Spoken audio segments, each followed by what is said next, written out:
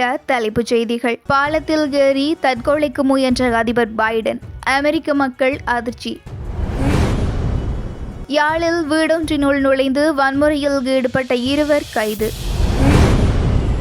2025 நாட்டில் அறிமுகப்படுத்தப்படவுள்ள புதிய வரி. தமிழர் பகுதியில் இருந்து வெளிநாட்டிற்கு கடத்தி செல்லப்பட்ட குழந்தைகள், வெளியான அதிர்ச்சி தகவல். விஜயதாசவுக்கு எதிராக ஒழுக்காற்று நடவடிக்கை, மொட்டுக்கட்சி தீர்மானம். தான் குடிப்பழக்கத்திற்கு அடிமையாக இருந்ததாகவும் தற்கொலைக்கு முயற்சி செய்ததாகவும் அதிபர் ஜோ பைடன் கூறியது அமெரிக்க மக்கள் மத்தியில் அதிர்ச்சியை ஏற்படுத்தியிருக்கின்றது. அமெரிக்க அதிபராக இருக்கும் ஜோ பைடன் தனது தனிப்பட்ட வாழ்க்கை குறித்த முக்கிய விடயங்களை அண்மையில் அவர் கலந்து கொண்ட பேட்டியில் பகிர்ந்து கொண்டார்.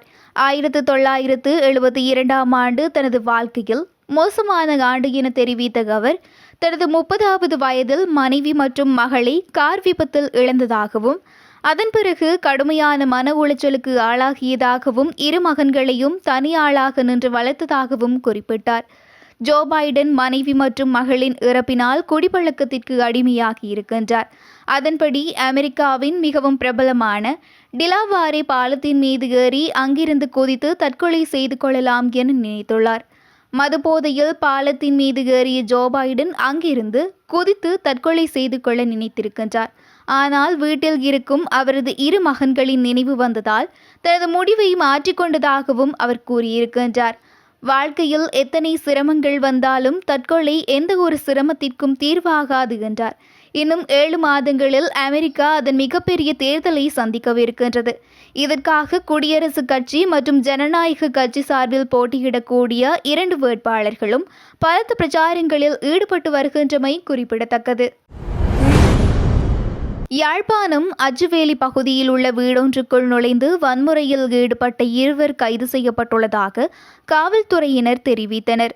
அச்சுவேலி பத்தமேனி பகுதியில் உள்ள வீட்டிலேயே குறித்த சம்பவம் நேற்று இரவு இடம்பெற்றுள்ளது. இந்த தாக்குதலின் போது வீட்டின் கண்ணாடிகள் மற்றும் ஹயஸ்ட் ரக வாகனம் என்பனவும் சேதமாக்கப்பட்டுள்ளதாக தெரிவிக்கப்பட்டுள்ளது. இதேவேளை வன்முறையில் காயமடைந்த 70 வயதான முதியவர் சிகிச்சைக்காக அச்சுவேலி பிரதேச வைத்தியசாலையில் சேர்க்கப்பட்டுள்ளார். தொழில் போட்டியே வன்முறைக்கு காரணம் என அச்சுவேலி காவல்துறையினர் சந்தேகம் வெளியிட்டுள்ளனர். இந்த நிலையில் சம்பவம் தொடர்பான மேலதிக விசாரணைகளை காவல்துறையினர் மேற்கொண்டு வருகின்றமை குறிப்பிடத்தக்கது.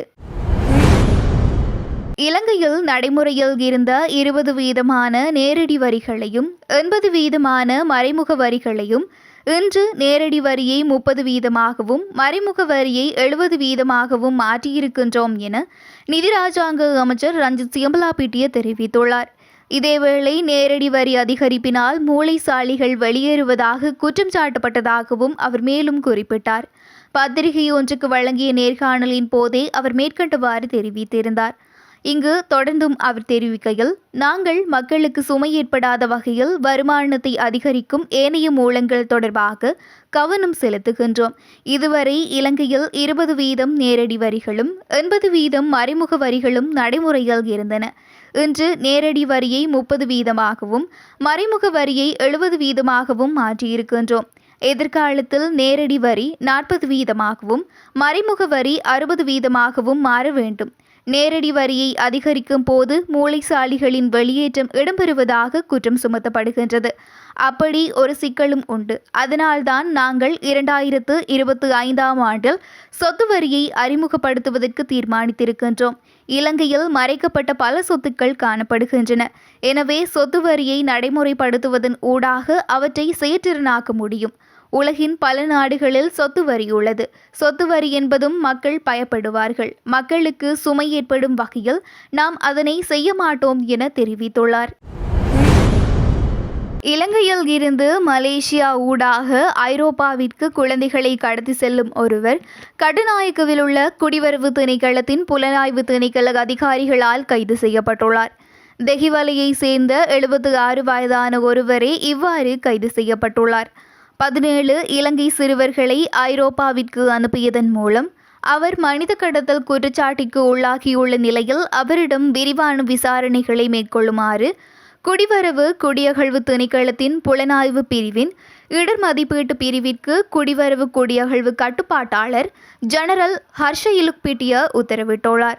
அதன்படி இலங்கை குடிவரவு திணைக்களத்தின் புலனாய்வு பிரிவின் இடர் மதிப்பீட்டு பிரிவின் அதிகாரிகள் அவரை உன்னிப்பாக கண்காணித்து வருவதாக தெரிவிக்கின்றனர்.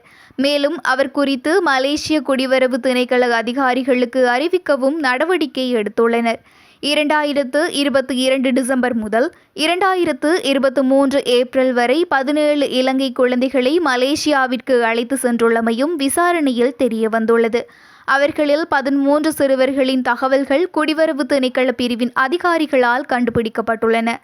இந்த குழந்தைகளில் 8 பேர் யாழ்ப்பாண பகுதியை சேர்ந்தவர்கள் எனவும் மீதமுள்ள 5 பேர் மட்டக்களப்பு பகுதியை சேர்ந்தவர்கள் எனவும் தெரியவந்துள்ளது. இந்த குழந்தைகள் பெற்றோரிடம் இருந்து எடுக்கப்பட்டு முதலில் மலேசியாவிற்கு கொண்டு செல்லப்பட்டு அதன் பின்னர் மலேசிய குழந்தைகளாக தேவையான ஆவணங்களை தயாரித்து பிரான்ஸ் மற்றும் இங்கிலாந்திற்கு ஆழ்கடத்தலில் ஈடுபட்டுள்ளமையும் கண்டுபிடிக்கப்பட்டுள்ளது. இந்த பின்னணியில் கடந்த 25ஆம் திகதி 14 வயது சிறுவன் ஒருவரை தந்தையுடன் மலேசியாவிற்கு அழைத்து செல்லவிருந்த ஒருவரை கோலாலம்பூர் விமான நிலைய குடிவரவு திணைக்கள அதிகாரிகள் கைது செய்து அவர்களை இலங்கைக்கு நாடு கடத்த நடவடிக்கை எடுத்துள்ளனர். இதன்படி நேற்று காலை 9:30 மணிக்கு மலேசியாவின் கோலாலம்பூரில் இருந்து ஏர் ஏசியாவின் AK-047 இலக்க விமானம் மூலம் கட்டுநாயக்க விமான நிலையத்திற்கு அனுப்பப்பட்ட அவர்கள் விமான நிலையத்தில் குடிவரவு திணைக்களத்தின் புலனாய்வு திணைக்களத்தின் இடர் மதிப்பீட்டு பிரிவின் அதிகாரிகள் குழுவினால் கைது செய்யப்பட்டுள்ளனர். ஸ்ரீலங்கா சுதந்திர கட்சியின் பதில் தலைவர் பதவியை ஏற்ற ஸ்ரீலங்கா பொதுஜன பெரமுன கட்சியின் நாடாளுமன்ற உறுப்பினரான நீதி அமைச்சர் விஜயதாச ராஜபக்சவுக்கு எதிராக ஒழுக்காற்று நடவடிக்கை எடுக்க பெரமுன கட்சி தீர்மானித்துள்ளது. தமது கட்சி ஊடாக நாடாளுமன்றம் தெரிவாகிவிட்டு கட்சி உறுப்புரிமையில் இருந்து கூட விலகாமல் மற்றொரு கட்சியில் பதவியை ஏற்றமை குறித்தே அவருக்கு எதிராக இந்த நடவடிக்கை எடுக்கப்பட உள்ளது என்று மொட்டுக்கட்சி வட்டாரங்கள் தெரிவித்தன. இந்த விவகாரம் கட்சியின் ஒழுக்காற்று விசாரணை குழுவிடம் முன்வைக்கப்பட்டுள்ளது எனவும் விஜயதாச ராஜபக்ச அழைக்கப்பட்டு இது தொடர்பில் விளக்கம் கோரப்பட உள்ளது எனவும் தெரிய வருகின்றது. சுதந்திர கட்சியின் பதில் தலைவராக விஜயதாச ராஜபக்ச தெரிவு செய்யப்பட்டிருந்தாலும் நீதிமன்றம் இடைக்கால தடை உத்தரவு பிறப்பித்துள்ளது. இத்துடன் எமது இரவு நேர பிரதான செய்திகள் முடிவடைகின்றன.